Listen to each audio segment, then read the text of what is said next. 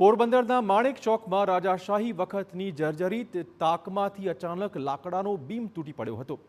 આ દુર્ઘટના સીસીટીવી કેમેરામાં કેદ થઈ છે। લાકડાનો બીમ નીચે તૂટી પડ્યો ત્યારે જ એક બાઇક સવાર રસ્તા પરથી પસાર થતો હતો। સદનસીબે બાઇક ચાલકનો બચાવ થયો છે। અગાઉ પણ જર્જરિત તાત ઉતારવા માટે રજૂઆતો થઈ હતી, પરંતુ કોર્પોરેશને કોઈ પગલાં ભર્યા જ નહીં। સામાન્યપણે આ વિસ્તાર ભરચક હોય છે, લોકોની અને વાહનની સતત અવરજવર રહેતી હોય છે। જો ટ્રાફિક સમયમાં લાકડાનું બીમ તૂટ્યું હોત તો મોટી દુર્ઘટના સર્જાઈ, પરંતુ સદનસીબે દુર્ઘટના સમયે ભીડ ન હોવાથી જાનહાનિ ટળી ગઈ છે।